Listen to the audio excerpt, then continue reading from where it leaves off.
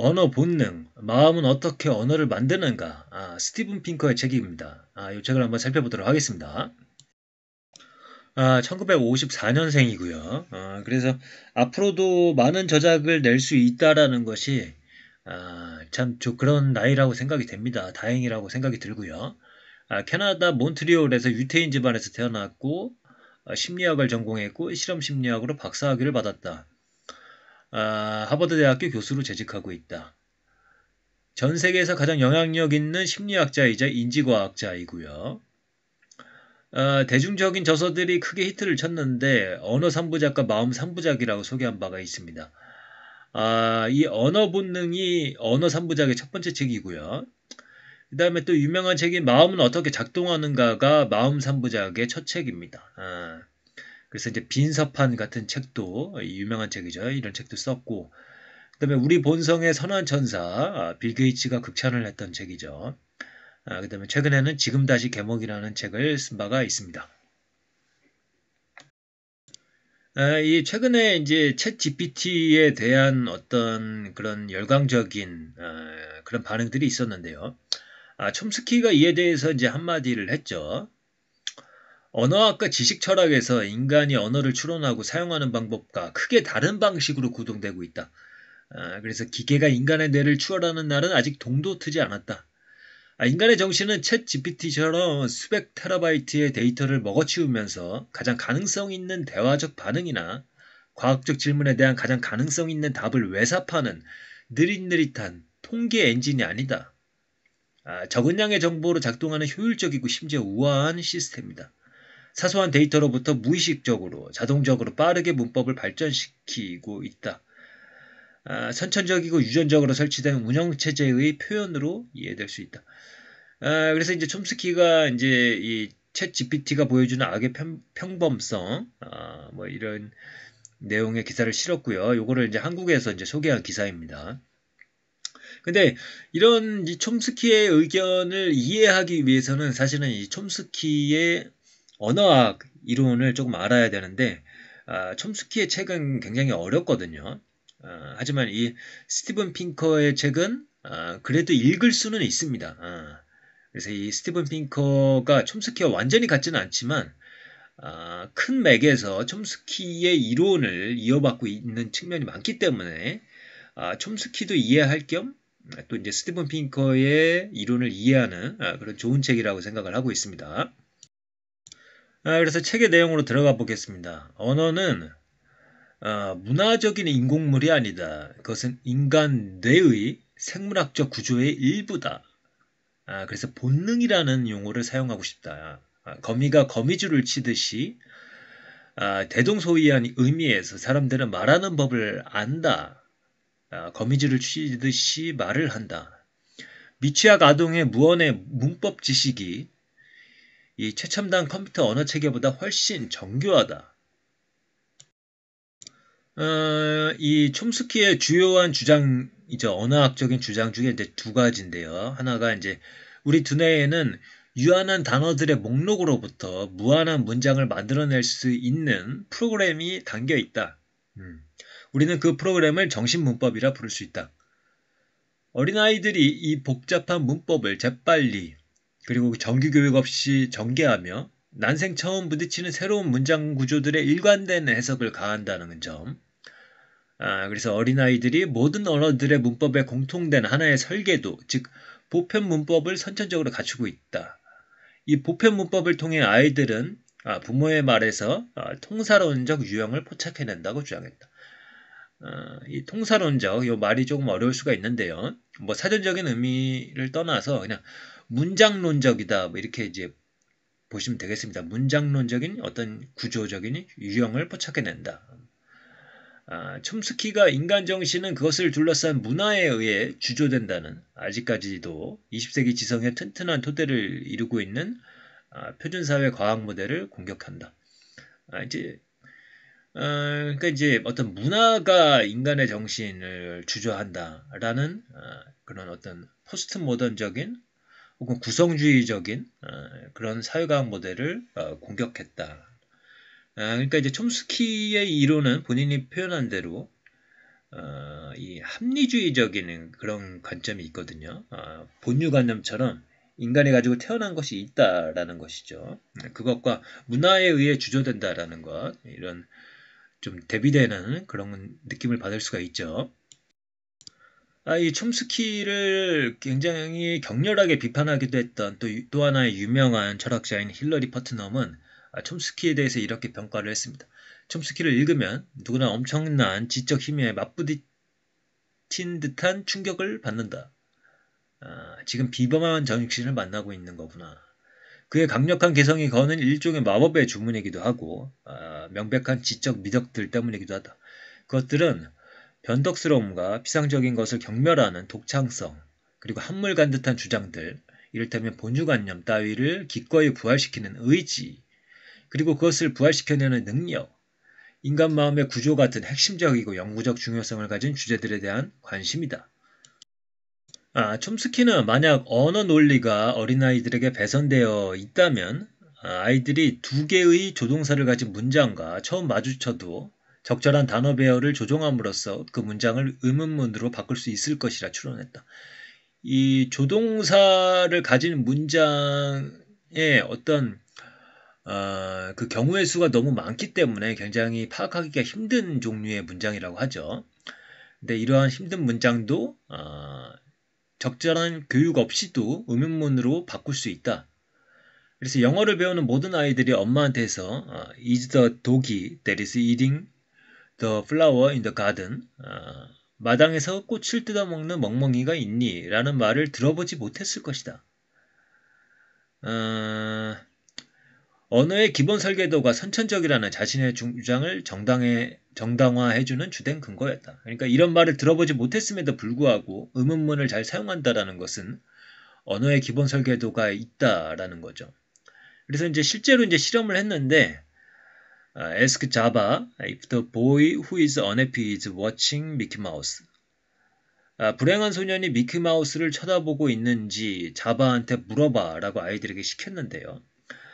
촘스키가 예상했던 대로 어떤 아이도 단순한 선형 규칙에 따른 Is the boy who unhappy is watching Mickey Mouse 같은 비문법적인 단어열을 만들어내지 않았다. 그래서 이 적절한 교육이 없었는데도 아이들이 스스로 이 정확한 규칙을 따르는 어떤 의문문을 만들어냈다. 이런 식으로 이야기하는 게 촘스키의 논증이었다는 겁니다.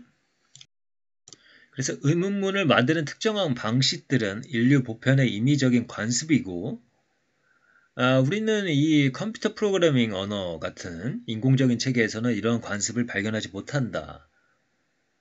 여러 언어의 기저에 깔려있는 보편적인 설계도는 화자들의 두뇌에 공통된 뭔가가 있음을 시사하는 듯하다.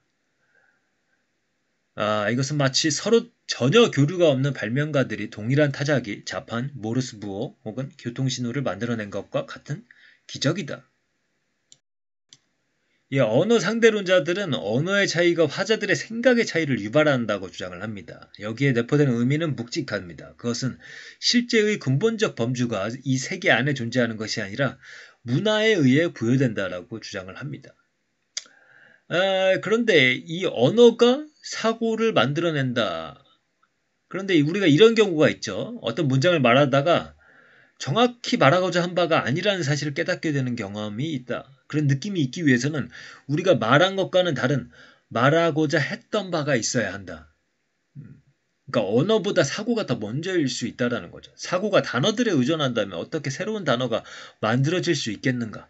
어떻게 어린아이가 최초의 단어를 학습할 수 있겠는가? 많은 창작인들이 언어가 아니라 심상으로 생각한다고 주장을 한다. 어떤 이미지 같은 걸로 생각을 한다. 현대 소설가들은 그들의 창작 행위가 특정 인물이나 줄거리에 대한 생각이 아니라 생생한 마음의 그림들로 시작되고 그것이 단어의 선택을 지배한다고 한다. 스스로를 시각적 사유자라고 한 가장 유명한 사람은 아인슈타인이었다. 그래서 이미지나 숫자나 혈족관계, 논리 등이 언어에 기대지 않고 뇌 속에 표상될 수 있다. 사람들은 영어나 중국어나 아파치어로 생각하지 않는다. 그들은 사고 언어로 사고한다. 하나의 언어를 안다는 것은 정신어를 단어열로 번역하는 법을 안다는 것이다. 이제 여기서부터 핵심적인 부분으로 이제 들어간다고 볼 수가 있겠는데요. 언어는 어떻게 작동하는가? 각 사람의 뇌에는 어휘사전, 그 어휘들이 지지하는 개념사전, 그리고 그 개념들 사이의 관계를 전달하기 위한 어휘조합 규칙집, 즉 정신문법이 들어있다. 이것이 언어가 작동하는 방식이다. 다음 장에서는 어휘의 세계를 탐험할 요령이고 여기서는 문법 디자인을 다루겠다.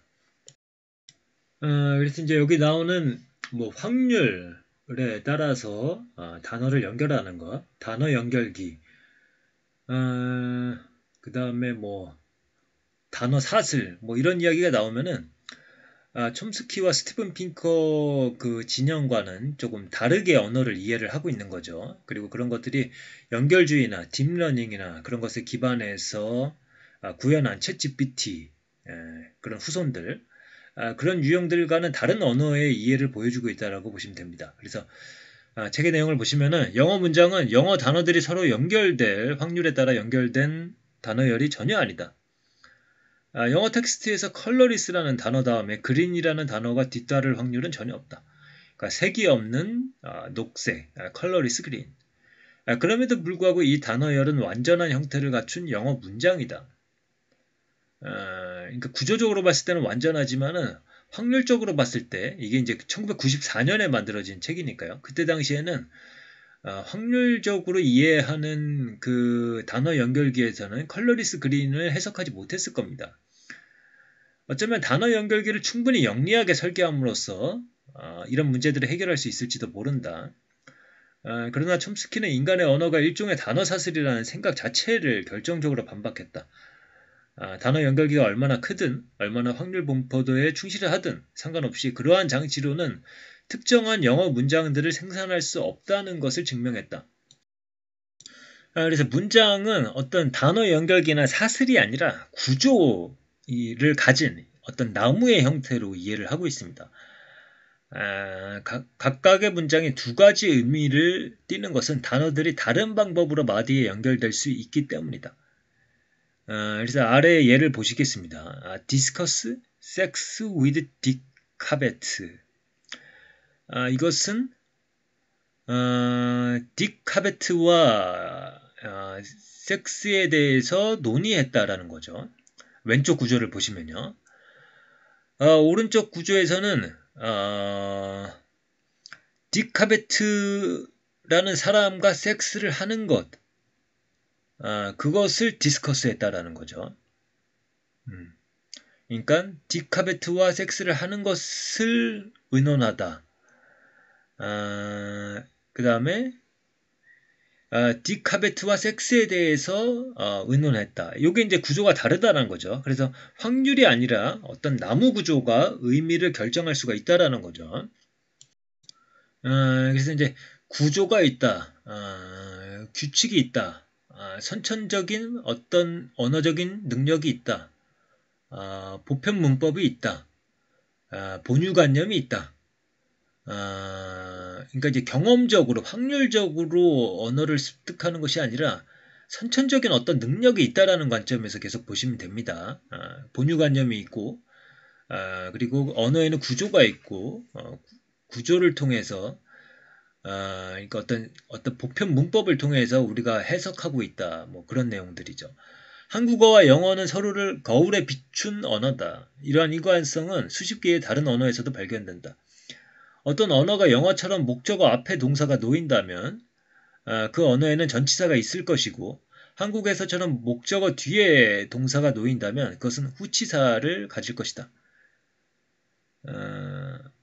촘스키의 주장에 따르면 어순이 정해지지 않은 거시규칙들은 보편적이고 선천적이다. 따라서 어린아이들은 거시규칙을 지니고 태어나기 때문에 특정 언어를 배울 때 긴 규칙 목록들을 일일이 학습할 필요가 없다.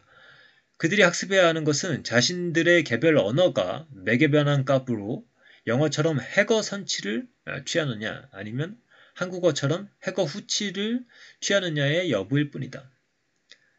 그래서 이제 해거라는 말은 예를 들어서 폭스인 삭스, 양말 안에 여우라고 했을 때 이 폭스가 이제 해거입니다. 이제 가장 중심이 되는 그런 거죠. 그리고 이제 한국어와 영어는 뭐 이렇게 이게 다르죠. 이제 영어는 에게 철수, 한국어는 철수에게로 이제 표현이 되죠. 이제 그런 식으로 이제 그 차이는 있지만은 그것만 학습하면 되지 그거의 그 이면에 있는 거시 규칙들은 이미 지니고 태어나기 때문에 이 매개 변환 값으로 매개 변환이라는 거는 이 두 개의 단어 두 개의 언어가 갈리게 하는 값이거든요. 달라지게 하는 값으로 그거를 이제 학습만 하면 되는 거지 기본적인 거는 갖고 태어난다라고 이제 이야기를 하는 겁니다. 그래서 이제 문장과 구에 대한 것은 이제 통사론이고요. 이제 단어에 관한 것은 이제 형태론인데 어쨌든 통사론이나 형태론이나 규칙이 있다라는 겁니다. 또 다른 1단의 규칙에 따라 더 작은 조각들로부터 구성된다. 예를 들어서 이제 해거에서부터 맨 꼭대기 부분에 이르는 삼투관은 해거와 함께 저장된 모든 정보를 흡수한다. 단지 그것의 명사신분이나 동사신분뿐만 아니라 그와 함께 저장되어 있는 불규칙 형태까지도 함께 흡수한다. 예를 들어 shoot이라는 단어가 있죠. 이 shoot이라는 단어에 대해서 불규칙 과거형 샷이라고 이제 영어에서는 표현을 합니다. shoot, shot. 이 정보는 예를 들어서 이제 overshoot이라는 이제 그 복합 단어를 만들어낼 때 오버슛의 과거 시제는 이 슛의 과거 시제가 따라 올라와서 오버샷이 됩니다. 그러니까 오버슈티드가 아니라 오버샷으로 변한다라는 거죠. 그래서 이제 규칙적으로 이런 식으로 다 변한다는 겁니다. 그래서 문장에도 규칙이 있고 단어에도 규칙이 있다. 뭐 이제 비전공자가 이런 책을 읽는 방법은 이제 세세한 언어학적 고찰보다는 이제 핵심적인 메시지에 포커스를 맞추면 될 것 같습니다. 규칙이 있다. 그런 내용입니다. 그래서 아까 이제 오버슛 같은 경우에는 해거가 있기 때문에 슛이 해거였고 슛의 불규칙 과거형인 샷이 따라 올라와서 복합 단어를 만들 때 오버샷이 됐다. 근데 반면에 로그라이프 같은 경우에는 해거가 없거든요. 여기서 이 단어는 life가 아니라 person, 즉 인생을 마구 살아가는 사람을 뜻한다. 그래서 해거가 없고 정상적인 삼투간이 봉쇄되었다. 그래서 low life가 life로부터 의미를 얻지 못한다. 그래서 life로부터 복수형을 취할 수도 없다. 그래서 이제 life의 원래 불규칙 형태인 lives는 이제 따라 올라올 수가 없어서 로우 라이프로 따라 올라올 수가 없는 거죠. 그래서 복수형에는 전미사 s를 붙인다는 범용 정규규칙이 부전승을 거두어서 로우 라이프스가 되는 겁니다. 그래서 로우 라이브스가 아니라 로우 라이프스가 된다. 복합 단어로서요. 이게 이제 규칙적이라는 겁니다. 다 이런 형태를 띠고 있다라는 겁니다. 영어 단어들이요. 고드는 언어학자 폴 키파르스키가 최초로 주목했던 바 불규칙 변화의 복수형은 복합어를 구성할 수 있으나 규칙 변화의 복수형은 복합어를 구성할 수 없다는 사실에 초점을 맞추었다. 예를 들어 A house infested with mice는 mice infested로 묘사할 수 있지만 그러니까 마우스의 그 쥐의 복수형이 이제 mice잖아요.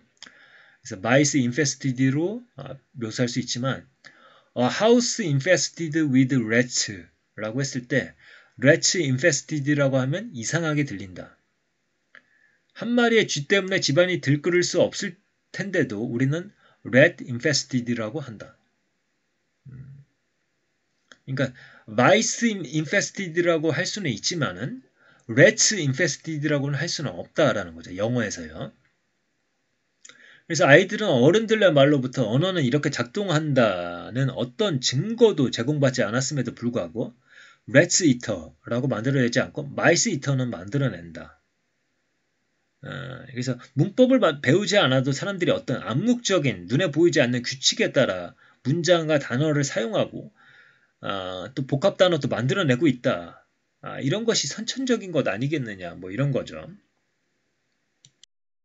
그래서 이제 책의 흐름은 문장에도 규칙이 있고, 그러니까 선천적으로 타고난 것 같은 어떤 그런 보편 문법이 있고, 그것에 따라서 언어를 우리가 파악을 하고, 문장에도 그런 것이 있고, 그 다음에 의문에도 그런 것이 있다. 우리가 소리내는 것. 그래서 굉장히 체계적으로 책이 쓰여졌다는 것을 우리가 알 수가 있습니다. 여러분은 왜 사람들이 패들 피들이라고 하지 않고 피들 패들이라고 하는지 의아하게 여겨본 적이 있는가? 또 퐁핑 패터 피터가 아니라 핑퐁 피터 패터인 이유는 무엇인가? 리프레프, 미시매시, 플림플램, 치챗, 티포테, 닉넥 다 같은 방식이라는 거죠.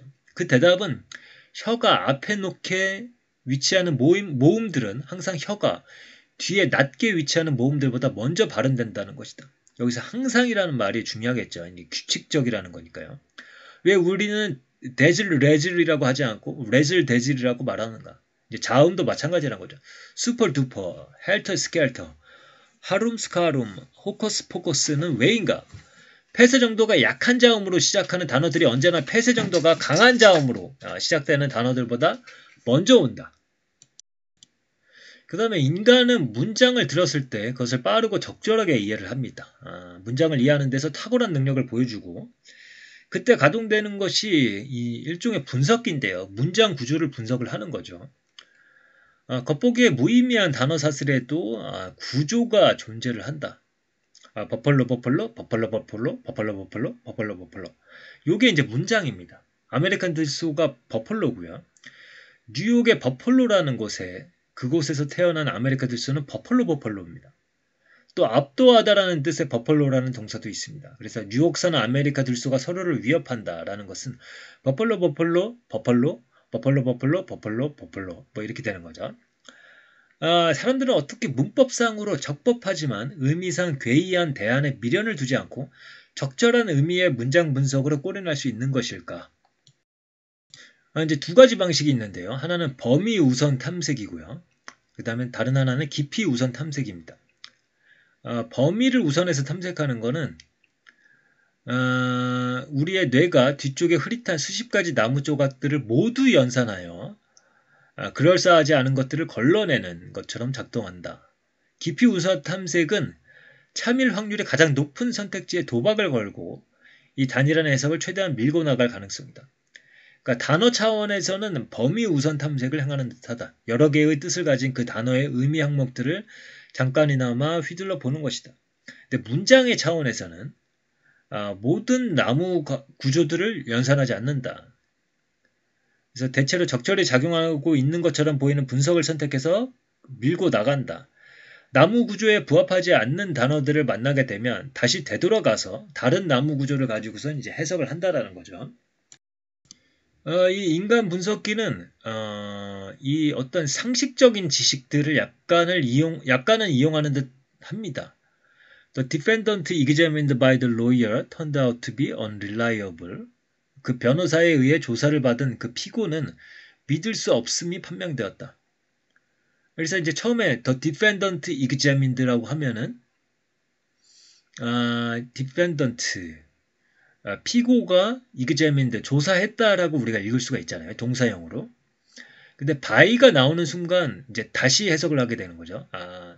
by가 나오는 순간 examined는 이 뭐라고 그럴까요? 과거 분사형. 이 defendant examined by the lawyer 그러니까 변호사에 의해 조사를 받은 피고 뭐 이렇게 되는 거죠. 그래서 실제로 피험자들의 눈은 단어 by에서 지체가 되었고 문장의 시작 부분을 재해석하기 위해서 오던 길을 되돌아가는 것 같았다. 반면에 이제 the evidence examined by the lawyer turned out to be unreliable. 그 변호사에 의해 조사된 그 증거는 믿을 수 없음이 판명되었다. evidence가 나오는 순간 evidence가 examine 할 수는 없잖아요. evidence 증거가 조사를 할 수는 없기 때문에 evidence가 examined 그러니까 조사된 어떤 증거구나 그렇게 해석을 한다는 거죠. 그래서 틀린 나무 구조를 처음부터 피할 수가 있다라는 거죠. 이 단어에 대한 지식으로부터 나온 거죠, 이거는. 그래서 피험자들의 눈은 거의 멈추거나 되돌아가지 않고 단숨에 넘어갔다. 그래서 이제 앞서서는 증거, 에비던스가 이기재민을 할 수 없다라는 것, 이제 상식에 기댄 건데, 이제 단어들의 지침을 통해서도 우리가 알 수 있다라는 겁니다. 예를 들어서 디보어 할 수는 있지만 디보어 something을 사용할 수는 없다. 반면에 dine something을 할 수 없고 dine만 사용할 수 있다. 단어들은 주어진 종류의 구어 안에서 그들이 주로 어떤 단어를 동반하는지를 분석기에게 일러줌으로써 도움을 줄 수 있다. 단어 대 단어의 이행 확률은 문장을 이해하는 데 중요는 하지만 충분하지는 않지만 도움이 될 수는 있다. 그래서 이제 상식에 기대던 이제 단어의 어떤 단어 대 단어의 확률에 기대던 이제 마지막으로는 이제 문장을 해석할 때 인간은 일종의 마음속의 나무를 선호함으로써 문장을 해석해 나간다. Philip said that Skiki will do the work yesterday. 이 문장은 문법적으로 납득이 되지만 그것을 깨닫기 위해서는 두 번 살펴보아야 한다. 우리는 yesterday를 만났을 때 현재 열려있는 이 동사구를 마감하고 그 부사를 한층 위에 있는 플립 세드와 같은 구 안에 넣는 대신에 현재 열려있는 동사구인 do the work 안에 그것을 끼워 넣으려 하다가 길을 잃는다. 그러니까 플립이 말했다. 스퀴키가 will do the work. 그 일을 할 거라고. 근데 어제 그 일을 할 거라고? 말이 이상하잖아요. will do the work yesterday. 그러니까 이 yesterday는 do the work yesterday. do the work에 따라 붙는 yesterday가 아니라 플립이 어제 이야기했구나. 플립 said와 이게 같이 가는 yesterday다. 이렇게 이제 해석을 할 수가 있다라는 거죠.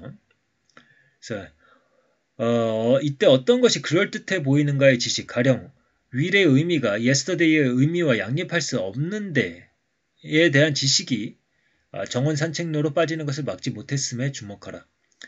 그러니까 will하고 yesterday 이거가 먼저 해석된 게 아니라는 거죠. 그러니까 이 문장을 해석할 때 관성적으로 해석하는 게 먼저였다는 겁니다. 그래서 do the work 다음에 yesterday가 같이 붙어있기 때문에 will do the work yesterday로 먼저 해석을 하려고 했으나 이거 말이 좀 이상하잖아.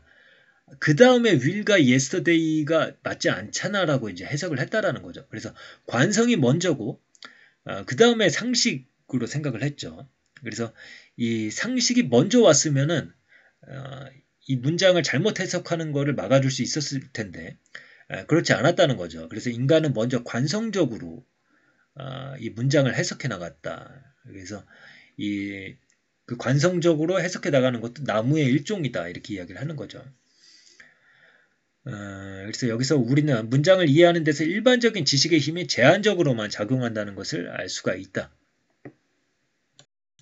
그런데 이러한 문장 분석은 첫 단계에 불과하다. 뭐 상식에 근거하든 단어 대 단어의 확률에 근거하든 나무로부터 어떤 구조적으로 문장을 해석을 하든 이거는 이제 첫 단계에 불과하다.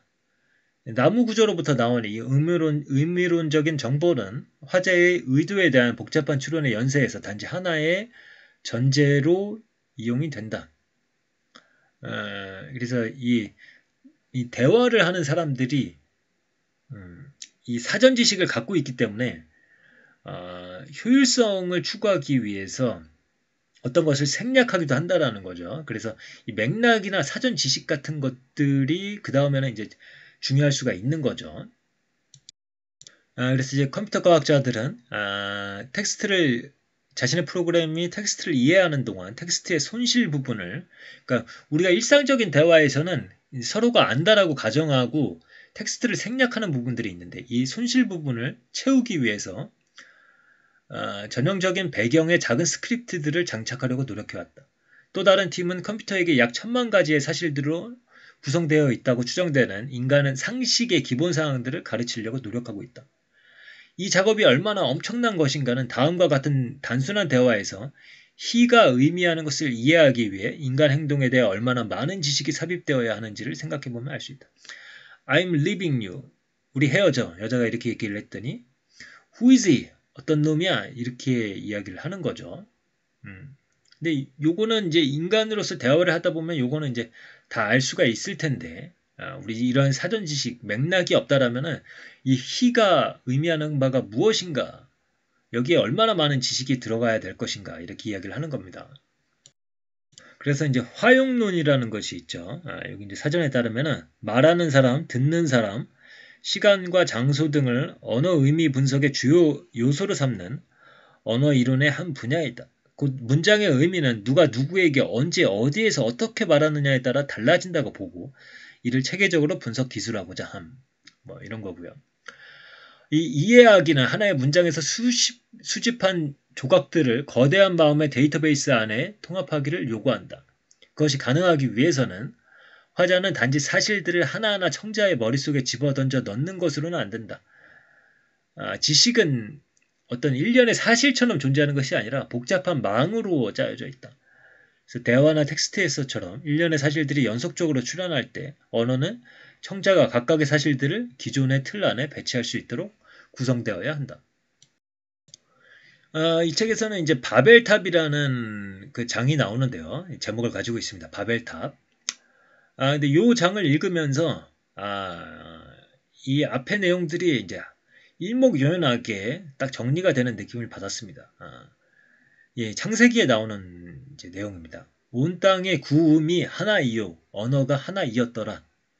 자, 우리가 내려가서 거기서 그들의 언어를 혼잡케 하여 그들로 서로 알아듣지 못하게 하자 하시고 여호와께서 거기서 그들을 온 지면에 흩으신 고로 그들이 성쌓기를 그쳤더라. 촘스키는 화성인 과학자가 지구를 방문하면 틀림없이 지구인들 상호 간에 이해 불가능한 어휘들은 무시하고 지구인들이 하나의 언어를 사용한다고 결론 지을 것이라고 말했다. 그러니까 이 성경적인 어떤 의미에서 그러니까 비유컨대 온 땅의 구음이 하나이요 언어가 하나이었더라의 그 언어라고 볼 수도 있겠죠. 1963년 언어학자 조셉 그린버그가 5대륙 30종의 전혀 다른 언어에서 뽑은 표본들을 조사를 했는데 단어와 형태소의 순서에 중점을 두어서 연구를 했는데 44개나 되는 보편 요소들을 발견했다. 그 이후에 전 세계 모든 지역에서 사용되는 수십 가지 언어들을 대상으로 수많은 조사가 진행되었고 수백 가지의 보편적인 형태들이 기록되어 왔다. 일부는 절대적이었고 일부는 통계적이었다. 그리고 그런 보편 요소들은 또한 연관관계를 가지고 있었다. 이 보편 요소의 목록의 존재가 언어가 제멋대로 다르지 않다는 것을 보여주는 것이라면 그것은 언어가 뇌의 구조에 의해 제약된다는 것을 함축하는 것일까? 저자는 당연히 그렇다라고 이제 이야기를 하겠죠. 뇌의 구조에 의해서 제약된다. 근데 이제 여러 가지 반론들을 이겨내야 되는 거죠. 이제 그 중에 하나가 언어가 단 한 번 시작되었고 현존하는 모든 언어들은 그 조상어의 후손들로서 조상어의 특징들을 보유하고 있다는 설명이다. 그러니까 이제 단지 이제 우리가 이제 아프리카에서부터 인류가 뭐 아시아로 넘어서 아메리카로 이렇게 넘어가는 조상이 하나이기 때문에 그 조상어의 후손들로서 단순히 조상어의 특징들을 보유하고 있는 게 아닌가라는 거죠. 근데 그거에 대한 반론으로서 크리올러화 그러니까 이거는 이제 나중에 만들어진 말이거든요. 서로 대화가 통하지 않는 사람들이 같은 공간에서 일하기 위해서 서로 대화를 할 수 있기 위해서 이제 언어를 하나 만들어내는데 그 새로 만들어진 언어를 모국어 삼아서 아이들이 그것을 배우게 되고 그 아이들이 그 언어를 풍부하게 만들므로써 만들어진 게 이 크리올러화거든요. 그래서 이렇게 새로 만들어진 말도 보편 요소들을 갖고 있기 때문에 결국에는 이게 이제 그 같은 조상어의 후손이기 때문에 만들어진 게 아니라 그냥 우리가 인간으로서 어떤 언어를 만들어낼 때마다 어떤 보편적인 요소들을 담게 된다. 그것은 결국 이 언어가 뇌의 구조에 의해서 제약되기 때문이다. 그 다음에 또 다른 반론으로 언어의 제약을 받지 않는 사고나 마음의 정보 처리 과정의 보편성이 언어에 반영될 수 있다. 어떤 언어가 기존 단어에서 새로운 단어를 생성하는 파생 전미사와 문장 안에서의 역할에 맞게 단어를 수정하는 어형 변화 전미사를 가지고 있을 때 파생 전미사는 반드시 어형 변화 전미사보다 어간에 더 가깝게 위치한다. 5장에서 우리는 문법에 맞는 다윈니즘스와 문법에 어긋나는 다윈시즘의 차이를 통해 영어에 있다는 것을 알았다. 그러니까 이러한 법칙이 뭐 다윈니즘은 문법에 맞는데 뭐 다윈시즘은 맞지 않다. 이런 것들이 사고나 기억에 관한 보편적 원리를 반영하고 있다고 생각하기는 어렵다라는 거죠. 그래서 이런 것들이 다 어떤 뇌의 구조에 의해서 제약되는 것이다. 뭐 이렇게 이야기를 하고 있습니다. 그래서 이게 이제 제가 준비한 마지막 장인데요. 사실 요거는 이 책의 한 60%, 70%까지 이제 내용을 이제 커버를 한 거고요. 그 뒤에도 이제 많은 내용들이 있습니다. 하지만은 뭐 지금까지 본 내용으로도 이 뭐 챗 GPT 확률적인 걸로 언어를 이해하는 방식과는 굉장히 다르다.